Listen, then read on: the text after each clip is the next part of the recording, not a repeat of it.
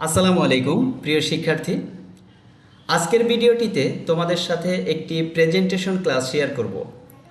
আর আজকের প্রেজেন্টেশন ক্লাসের টপিক হলো অ্যারবিটেজ অ্যানালাইসিস, যেটি অনার্স ফার্স্ট ইয়ার থেকে শুরু করে অনার্স ফোর্থ ইয়ার অথবা মাস্টার্স বা এমবিএর বিভিন্ন কোর্সের একটি গুরুত্বপূর্ণ টপিক।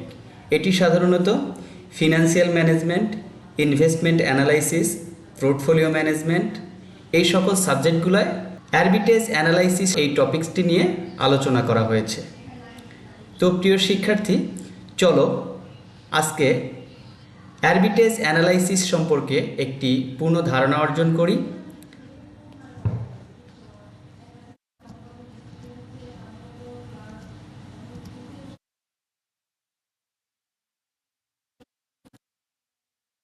তাহলে আজকের টপিক হলো অ্যারবিটেজ অ্যানালাইসিস, অর্থাৎ এটি একটি সালিসীকরণ প্রক্রিয়া, যে প্রক্রিয়ার মাধ্যমে তোমার বিনিয়োগকৃত অর্থ একটি প্রতিষ্ঠান থেকে অন্য প্রতিষ্ঠানে স্থানান্তর করা হয়। এই প্রক্রিয়াতে তুমি এ নামক একটি প্রতিষ্ঠানে, ধরা যাক এ নামক একটি প্রতিষ্ঠানে 1 লক্ষ টাকা বিনিয়োগ করে রেখেছো, তুমি এ নামক প্রতিষ্ঠান থেকে তোমার বিনিয়োগকৃত অর্থ উত্তোলন করে অন্য প্রতিষ্ঠানে তুমি সেটি ট্রান্সফার করবা।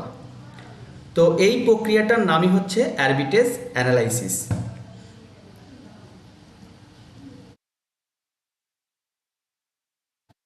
অ্যারবিটেজ অ্যানালাইসিস সাধারণত দুটি কন্ডিশনের উপর ডিপেন্ড করে করা হয়ে থাকে, বা অ্যারবিটেজ অ্যানালাইসিস করার সময় আমাকে দুটি বিষয় খেয়াল রাখতে হবে। প্রথম কন্ডিশন হচ্ছে ইনভেস্টমেন্ট রিডিউস, অর্থাৎ সেম ইনকাম। উদাহরণস্বরূপ ধরা যেতে পারে তুমি এ নামক একটি প্রতিষ্ঠানে 5 লক্ষ টাকা ইনভেস্ট করে রেখেছো, সেখান থেকে তোমাকে প্রতি বছর ডিভিডেন্ড পাবো 40,000 টাকা দেয়া হচ্ছে, অর্থাৎ 5 লক্ষ টাকা ইনভেস্ট করে তুমি 40,000 টাকা ডিভিডেন্ড পাচ্ছ। এবং তুমি ওই 5 লক্ষ টাকা বি নামক প্রতিষ্ঠানে 5 লক্ষ টাকা তার চেয়ে কম বিনিয়োগ করে, 5 লক্ষ টাকার কম বিনিয়োগ করে তুমি সেম 40,000 টাকা ইনকাম করতে পারবে। অর্থাৎ সেক্ষেত্রে কি হবে, আমার এ এবং বি দুইটা প্রতিষ্ঠানেই ইনকামের পরিমাণ সেম থাকবে, অথচ এ নামক প্রতিষ্ঠানে হয়তো 5 লক্ষ বিনিয়োগ করা হয়েছে, কিন্তু বি নামক প্রতিষ্ঠানে আমি 5 লক্ষের পরিবর্তে আমি হয়তো 4 লক্ষ টাকা বিনিয়োগ করলেই 40,000 টাকা তথা এ নামক প্রতিষ্ঠানে যে ইনকাম পাচ্ছিলাম সেরকম ইনকাম পাবো। তো মাঝখান থেকে আমার কি হবে, আমার ইনভেস্টটা আমি রিডিউস করতে পেরেছি, অর্থাৎ বিনিয়োগটা আমি 1 লক্ষ কমাতে পেরেছি, কিন্তু ইনকাম আমার সেম আছে। সেকেন্ড কন্ডিশন হলো ইনভেস্টমেন্ট সেম থাকবে, অর্থাৎ এ নামক প্রতিষ্ঠানে 5 লক্ষ বিনিয়োগ করা হয়েছে, বি নামক প্রতিষ্ঠানেও 5 লক্ষ বিনিয়োগ করা হয়েছে। এ নামক প্রতিষ্ঠান তোমাকে 40,000 টাকা দিচ্ছে ডিভিডেন্ড বাবদ, বি নামক প্রতিষ্ঠান ওই 5 লক্ষ টাকাতে তোমাকে 40,000 না দিয়ে তোমাকে বেশি দিচ্ছে, ধরা যাক 50,000 টাকা ডিভিডেন্ড দিচ্ছে। সেক্ষেত্রে তুমি নিশ্চয়ই এ নামক প্রতিষ্ঠান থেকে টাকা উইথড্র করে তুমি বি নামক প্রতিষ্ঠানে টাকা ট্রান্সফার করবা বা স্থানান্তর করবা। তো সাধারণত এই দুইটা কন্ডিশনেই আমাদের অ্যারবিটেজ করা হয়। এই অ্যারবিটেজ বিশ্লেষণের মাধ্যমে কিন্তু ক্যাপিটাল ফান্ড ট্রান্সফার করে আমাদের ইনভেস্ট রিডিউস অথবা গেইন ফ্রম অ্যারবিটেজ অর্থাৎ ইনকামটা বৃদ্ধি করা হয়। তো এই অ্যারবিটেজ অ্যানালাইসিস তোমাদের বোঝানোর সুবিধার্থে আমি একটি ইউনিভার্সিটি কোশ্চেন নিয়েছি। ইউনিভার্সিটি কোশ্চেনটি ন্যাশনাল ইউনিভার্সিটি 2012 এবং 2016-তে অঙ্কটি এসেছিল। তো দেখো এখানে অঙ্কটিতে যেটা বলা হয়েছে, the two companies U equal to levered firm and U equal to unlevered firm and L equal to levered firm. অর্থাৎ ইউ বলতে আমরা এখানে ধরে নিলাম এটা হচ্ছে আনলেভার্ড, অর্থাৎ যে কোম্পানিতে তুমি বিনিয়োগ করেছো সেই কোম্পানিতে কোনো প্রকার ডিবেঞ্চার ইস্যু করা নেই, অর্থাৎ ওই কোম্পানিতে টোটাল ক্যাপিটাল ফান্ডের মধ্যে শুধুমাত্র শেয়ারের যে ভ্যালুটা সেই ভ্যালুটাই হচ্ছে ওই প্রতিষ্ঠানের টোটাল অ্যাসেট। আর লেভার্ড ফার্ম হলো যে প্রতিষ্ঠানে শেয়ার ক্যাপিটালের পাশাপাশি ডিবেঞ্চার ইস্যু করে ক্যাপিটাল ফান্ড তৈরি করা হয়। তো তারপরে যেটা বলা হয়েছে, belong to same risk class. These two firms are identical in every respect except that L company has 10% debenture of টাকা 30 lakhs। অর্থাৎ এল কোম্পানিতে 10% ডিভেঞ্চার ইস্যু করা আছে, যেখানে ডিভেঞ্চারের মূল্য 30 লক্ষ টাকা। The other relevant information are as follows. অন্যান্য আরও কিছু তথ্য দেওয়া আছে অঙ্কটিতে। দেখো, ইউ ফার্ম বলতে আনলেভার্ড যে ফার্মে ক্যাপিটাল ফান্ড শুধুমাত্র শেয়ার দিয়েই বা শেয়ার ক্যাপিটাল দিয়েই প্রতিষ্ঠানের টোটাল ফান্ড ক্যাপিটাল ফান্ড তৈরি করা হয়েছে। আর লেভার্ড ফার্ম বলতে শেয়ার ক্যাপিটালের পাশাপাশি ডিভেঞ্চার বা বন্ড বা লোন করা আছে। দুইটা প্রতিষ্ঠানে ইবিআইটি 7,50,000 টাকা দেওয়া আছে। ইবিআইটি থেকে ইন্টারেস্ট মাইনাস করলে সাধারণত এনআই পাওয়া যায়। অর্থাৎ আমাদের ইউ কোম্পানিতে দেখো ইন্টারেস্টের পরিমাণ নীল হয়েছে। কেন নীল হয়েছে? কারণ এখানে আমাদের ইন্টারেস্ট নীল হবে, এটা স্বাভাবিক, কারণ এখানে কোনো ডিভেঞ্চার নেই। আর এল ফার্মে যেহেতু ডিভেঞ্চার 10% রয়েছে, 30 লক্ষ টাকার উপর 10% যদি ইন্টারেস্ট কাটা হয় তাহলে 3 লক্ষ টাকা ইন্টারেস্ট হয়। তারপরে যেটা রয়েছে earning to equity holder cost of equity, অর্থাৎ কেই। এখানে ইউ ফার্মের কেই রয়েছে 1.5 এবং এল ফার্মের কেই রয়েছে 0.20, অর্থাৎ আনলেভার্ড ফার্মে রয়েছে 15% কেই এবং লেভার্ড ফার্মে রয়েছে 20% কেই। তবে তোমরা মনে রাখবে যে এই যে এখানে যে কেইটা দেওয়া থাকবে এটাই মূলত ডিভিডেন্টের হার, কারণ প্রতিষ্ঠানের জন্য যেটা কস্ট, ইনভেস্টরদের জন্য সেটা earn. Market value of equity, অর্থাৎ আমাদের যে আনলেভার্ড ফার্মে যে শেয়ারের মূল্য রয়েছে সেটার মার্কেট ভ্যালু অর্থাৎ বাজারযোগ্য মূল্য রয়েছে, বাজারে এটার মূল্য রয়েছে 50 লাখ টাকা এবং লেভার্ড ফার্মের 22,50,000। মার্কেট ভ্যালু অফ ডেপ্ট, অর্থাৎ ইউ ফার্মে যেহেতু কোনো ডিভেঞ্চার নেই সেহেতু এর ডেপ্ট নীল, বিয়ের মান নীল। লেভার্ড ফার্মে 30 লক্ষ টাকা, এটা আমরা আগেই দেখেছি, 30 লক্ষ টাকা সে লোন নিয়েছে বা এই কোম্পানিতে লোন আছে বা ডিভেঞ্চার আছে। Total value of the farm, অর্থাৎ এস বলতে শেয়ারের বাজার মূল্যকে বোঝায় আর বি বলতে ডিভেঞ্চারের বাজার মূল্যকে বোঝায়। এই দুইটা যোগ করলেই সাধারণত একটি প্রতিষ্ঠানের টোটাল ভ্যালু পাওয়া যায়। সেক্ষেত্রে ইউ ফার্মের ভ্যালু 50 লাখ, যেহেতু এখানে কোনো ডিভেঞ্চার নেই, শেয়ারের মূল্য যা টোটাল ভ্যালুর মূল্য সেটাই। কিন্তু এল ফার্মে দেখো আমাদের শেয়ারের বাজার মূল্য ছিল 22,50,000 আর ডেপ্টের বাজার মূল্য 30 লক্ষ টাকা, সব মিলে এই ফার্মের টোটাল ভ্যালু 52,50,000 টাকা। তারপরে যেটা দেয়া আছে ওভারঅল কস্ট অফ ক্যাপিটাল। আমাদের এখানে যে overall cost of capital U ফার্মে রয়েছে 15% এবং লেভার্ড ফার্মে রয়েছে 14.28%। তারপরে যেটা দেয়া আছে প্রশ্নটিতে ডেপ্ট ইকুইটি রেশিও, অর্থাৎ আমাদের টোটাল যে ক্যাপিটাল ফান্ড রয়েছে বা ভ্যালু অফ দ্য ফার্ম রয়েছে, এই ফার্মের মধ্যে ডেপ্টের কোনো টাকা নেই, এই জন্য এর রেশিও 0। আর লেভার্ড ফার্মে যেহেতু ডেপ্টের টাকা আছে বা ডিভেঞ্চারের টাকা আছে, এর জন্য এর রেশিও 1.33। আমাদের মূল যে পয়েন্টটা এখানে দেয়া আছে প্রশ্নে, assume that an investor hold 10% equity share of firm L, অর্থাৎ ধরা যাক একজন বিনিয়োগকারী এল ফার্মের 10%-এর সে অনার, অর্থাৎ 10%-এর সে মালিক। ধরা যাক লেভার্ড ফার্মে সে 10% বিনিয়োগ করেছে। তো এইটা হচ্ছে আমাদের একটি ইউনিভার্সিটি কোশ্চেন। তো আমরা এই ইউনিভার্সিটি কোশ্চেন অ্যানালাইসিস করে আমাদের আরবিটেজ অ্যানালাইসিসে আমরা কিভাবে একটি প্রতিষ্ঠান থেকে অন্য প্রতিষ্ঠানে ফান্ড ট্রান্সফার করব এবং কেন করব সেটি আমরা ক্লিয়ার হই। তো আমাদের ফার্স্ট কন্ডিশন, আমরা প্রথমে দেখব ফার্স্ট কন্ডিশনে কিভাবে আরবিটেজ অ্যানালাইসিসটা করতে হয়।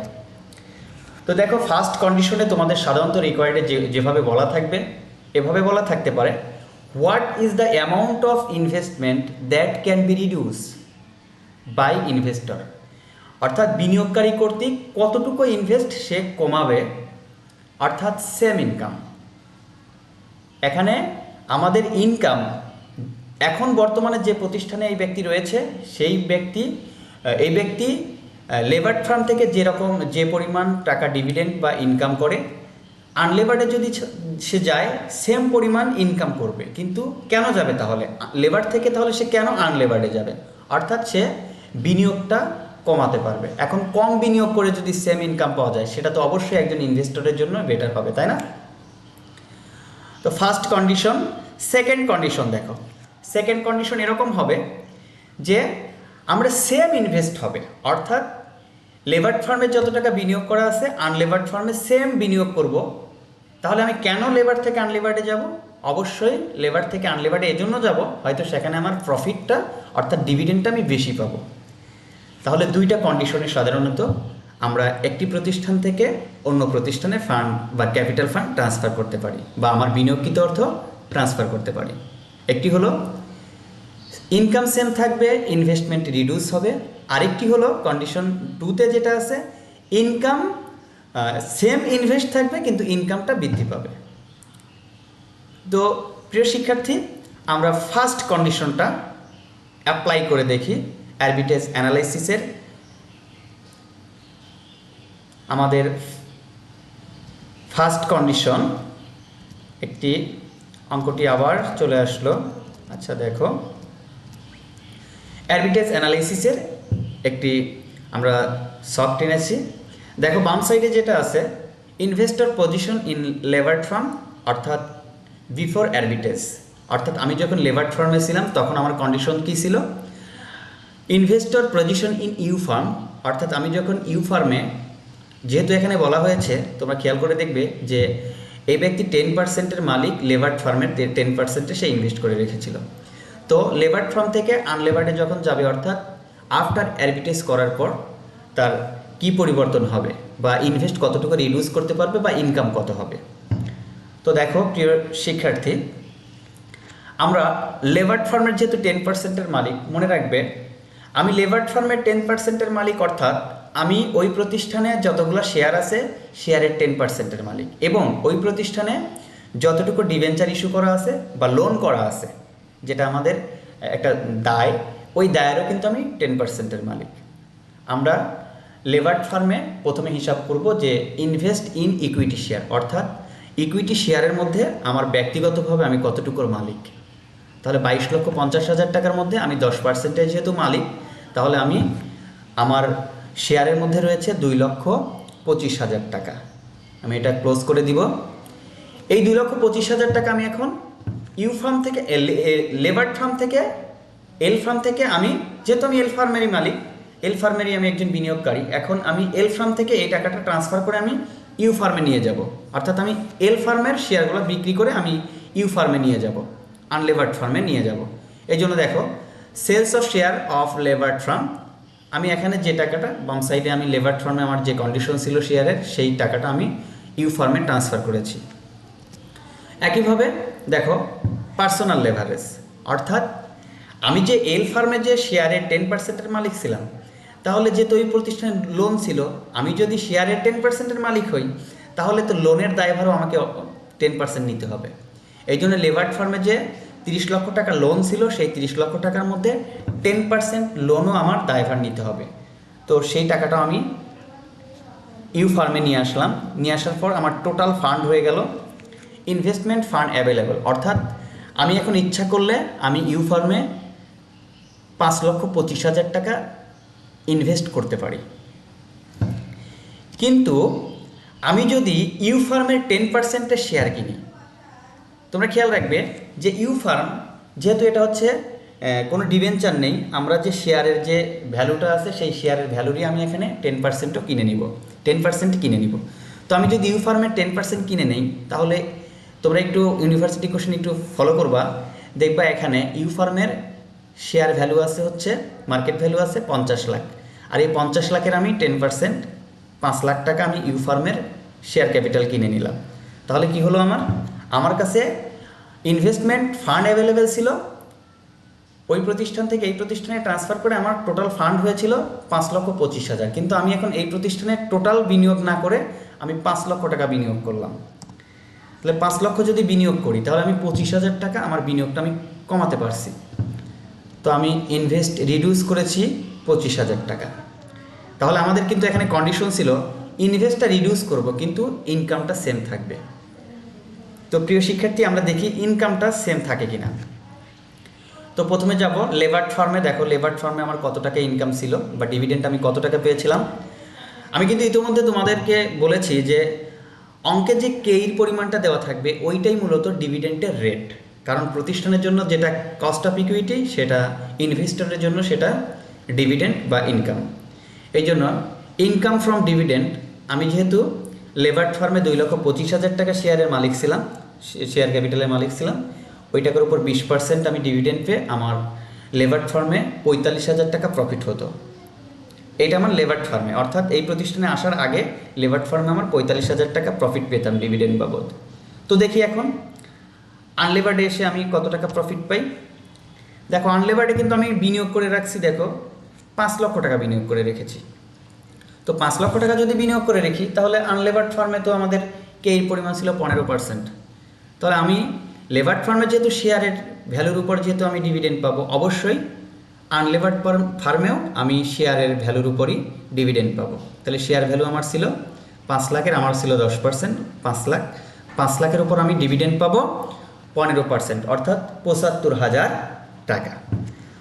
তো 75,000 টাকা পেলাম। তো স্বাভাবিকভাবেই দেখো আমি কিন্তু আনলেভার্ড ফার্মে আমি প্রফিট বা ডিভিডেন্ডটা আমি বেশি পেয়েছি। কিন্তু আনলেভার্ড ফার্মে ডিভিডেন্ড বেশি পেলেও আমি যে পার্সোনালভাবে যে ঋণটা নিয়ে আসছি, পার্সোনালভাবে যে ঋণের পরিমাণটা নিয়ে আসছি, এই ঋণের যে ইন্টারেস্টটা হবে সেই ইন্টারেস্টটা কিন্তু এই কোম্পানি বেয়ার করবে না। কেন বেয়ার করবে না? কারণ আমি যে লোনটা নিয়েছি বা ডিভেঞ্চারটা ইস্যু করে যে আমি 3 লক্ষ টাকা নিয়েছি, এই 3 লক্ষ টাকার দায়ভার আমার ব্যক্তিগতভাবে নিতে হবে। কারণ এই প্রতিষ্ঠান তাদের ক্যাপিটাল ফান্ড তৈরি করে শেয়ারের মাধ্যমে। এই জন্য আমাকে কি করতে হবে, আমি যে 3 লাখ টাকা লোন নিয়েছি বা ডিভেঞ্চার ইস্যুর মাধ্যমে যে আমার কাছে 3 লক্ষ টাকা আছে, এই 3 লক্ষ টাকার উপর আমাকে ইন্টারেস্ট দিতে হবে। তাহলে 3 লক্ষ টাকার উপর 10% ডিভেঞ্চার ছিল, অর্থাৎ ইন্টারেস্ট 10% ছিল, তাহলে আমাকে 30,000 টাকা ইন্টারেস্ট দিয়ে দিতে হবে। তাহলে আমি ইউফার্ম থেকে এসে প্রফিট কিন্তু আমি বেশি পেয়েছি, 75,000 টাকা পেয়েছি, কিন্তু এখানে কিন্তু ইন্টারেস্টটা আমাকে ব্যক্তিগতভাবে পরিশোধ করতে হচ্ছে। এই জন্য দেখো ইউফার্মে আমার 75,000 টাকা পেলেও কিন্তু আমার 75,000 টাকা ইনকাম থাকতেছে না। আমার 30,000 টাকা সুদ দেওয়ার পরে, পরিশোধ করার পরে আমার 45,000 টাকা আমাদের প্রফিট হবে। তো তাহলে দেখো এল ফার্মে তো আমি ইন্টারেস্ট আমাকে দিতে হতো না, কারণ ওখানে ডিভেঞ্চার ইস্যু করা ছিল প্রতিষ্ঠান থেকেই কিন্তু ওই ইন্টারেস্টটা বেয়ার করা হতো। তো এই জন্য দেখো সাধারণত আমাদের এখানে কি হয়েছে যে লেভার্ড ফার্মে আমি 45,000 টাকা পেলাম, আর আনলেভার্ড ফার্মে 75,000 টাকা পাওয়ার শর্তেও ইন্টারেস্টটা যেহেতু আমাকে পরিশোধ করতে হচ্ছে, এই জন্য আমার এখানেও 75,000 টাকার টিকে নিই, 45,000 টাকা হয়েছে। তবে আমি কেন লেভার্ড ফার্ম থেকে আনলেভার্ড ফার্মে আসব?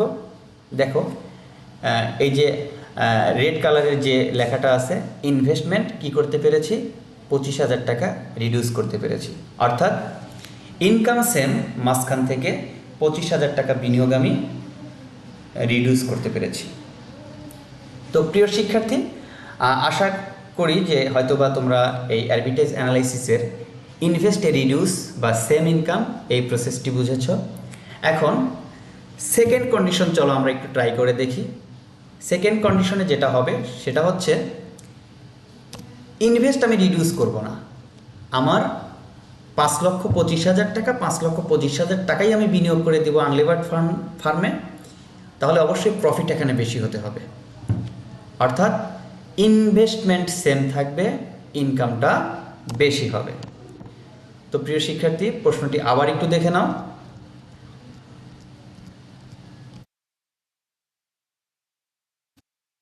লেভার্ড ফার্মের সে 10%-এর মালিক। তো আমরা লেভার্ড ফার্ম থেকে একইভাবে আমি লেভার্ড ফার্মের শেয়ারের কত পার্সেন্টের মালিক ছিলাম লিখে দিলাম, 2,25,000 টাকার মালিক ছিলাম। দেখো এটা সেম, আগে যেভাবে করছো সেম একইভাবে পার্সোনাল লেভারেজ, অর্থাৎ ডিভেঞ্চারের তোমার মালিক 10%-এর মালিক তুমি। তাহলে ইনভেস্টমেন্ট অ্যাভেলেবল ফান্ড তোমার 5,25,000। তাহলে তুমি এখন কি করবে, তুমি এখন এই 5,25,000 টাকা তোমার টোটাল অ্যাভেলেবল ফান্ড, এই 5,25,000 টাকাই তুমি আনলেভার্ড ফার্মে তুমি বিনিয়োগ করে দিবে। দেখো ইনভেস্টমেন্ট ইন আনলেভার্ড ফার্ম বা ইউ ফার্মে 5,25,000 টাকায় বিনিয়োগ করে দিলাম। অর্থাৎ আমি কোনো বিনিয়োগকৃত কোনো অর্থ আমি ব্যক্তিগতভাবে নিজের কাছে রেখে দেইনি বা রিডিউস করি নাই। তাহলে আমার ইনভেস্টমেন্ট রিডিউস নীল, অর্থাৎ লেভার্ড ফার্মে যত আমার বিনিয়োগ করা ছিল পুরো টাকাই আমি আনলেভার্ড ফার্মেও বিনিয়োগ করে দিলাম। তো এখন দেখি এখন ইনকাম আমাদের আনলেভার্ড ফার্মে বেশি হয় কিনা। তো দেখো ইনকাম ফ্রম ডিভিডেন্ড, অর্থাৎ লেভার্ড ফার্মে যে ওই যে 2,25,000 টাকার উপর 20% তুমি ডিভিডেন্ড পাবা, সেই 45,000 টাকা তুমি ডিভিডেন্ড একইভাবে পাচ্ছ। এখন দেখি ইউ ফার্ম অর্থাৎ আনলেভার্ড ফার্মে আমাদের ইনকাম ফ্রম ডিভিডেন্ড হবে, যেহেতু আমি আগে কিন্তু ইনভেস্ট করেছিলাম 5 লক্ষ টাকা, এই জন্য 5 লক্ষ টাকার উপর আমরা 15% ডিভিডেন্ড কেটেছিলাম। কিন্তু এখন কিন্তু আমরা 5 লক্ষ ইনভেস্ট করি নাই, আমরা 5,25,000 টাকাই ইনভেস্ট করে দিছি। এই জন্য আমাদের 5,25,000 টাকার উপরই ডিভিডেন্ড কাটতে হবে। সেক্ষেত্রে আমাদের ডিভিডেন্ড হবে 78,750 টাকা। তাহলে দেখো অলরেডি কিন্তু আমাদের এখানে ইনকামটা বেশি হয়েছে। তারপরেও কিন্তু একটা বিষয় খেয়াল রাখতে হবে, এই ইনকাম থেকে ডিভিডেন্ড ইনকাম থেকে, যেহেতু এটা আনলেভার্ড ফার্ম, আমাদের যে ডিভেঞ্চার আছে সেই ডিভেঞ্চারের যে ইন্টারেস্ট সেটা আমার ব্যক্তিগতভাবে পরিশোধ করতে হবে। এই জন্য এই 78,750 থেকে আমার একইভাবে আগেও যেভাবে বাদ দিয়েছিলাম ইন্টারেস্ট বাদ দিব 30,000। বাদ দেওয়ার পর দেখো আমাকে আনলেভার থেকে আমাকে 78,750 টাকা দিলেও ইন্টারেস্ট আমি 30,000 টাকা পরিশোধ করার পর আমার থাকবে ইনকাম থাকবে ইউ ফার্ম থেকে আমি ইনকাম পাবো 48,750। অথচ দেখো লেভার্ড ফার্মে কিন্তু আমি 45,000 টাকা পেয়েছিলাম। তাহলে এখানে আমরা কত টাকা বেশি ইনকাম করেছি? দেখো 45,000 টাকা 48,750 একইভাবে এখানে লিখবা। লেখার পর 48,750 থেকে তুমি এল ফার্মের যে 45,000 টাকা ইনকাম করেছো এইটার যে ডিফারেন্টটা আছে, কত টাকা আছে? এইটার ডিফারেন্ট হচ্ছে 3,750। অর্থাৎ এল ফার্ম থেকে তুমি যখন ইউ ফার্মে তোমার বিনিয়োগকৃত অর্থ ট্রান্সফার করেছো তখন তোমার অতিরিক্ত মুনাফা হয়েছে 3,750। অর্থাৎ আমাদের এখানে একই ইনভেস্টে আমাদের ইউ ফার্ম দিত 45,000 আর এল ফার্ম দিত 45,000 আর ইউ ফার্ম আমাকে দিচ্ছে 78,000। তা থেকে ইন্টারেস্ট বাদ দিলে তাও আমার বেশি থাকতেছে, সব মিলে 48,750 দিচ্ছে, অথচ এল ফার্ম আমাকে দিত 45,000। সেক্ষেত্রে 3,750 টাকা এলের তুলনায় ইউ ফার্ম আমাকে বেশি দিচ্ছে। এই জন্য আমি ইউ ফার্ম থেকে এল ফার্ম থেকে ইউ ফার্মে আমার ক্যাপিটাল ফান্ডটি বা আমার বিনিয়োগকৃত অর্থটি ট্রান্সফার করেছি। তো প্রিয় শিক্ষার্থী, আশা করি বিষয়টি তোমরা ক্লিয়ার বুঝতে পেরেছ। আবার কোনো একটি টপিক নিয়ে তোমাদের সাথে আবার কথা হবে। সে পর্যন্ত ভালো থাকো, সুস্থ থাকো। আল্লাহ হাফেজ।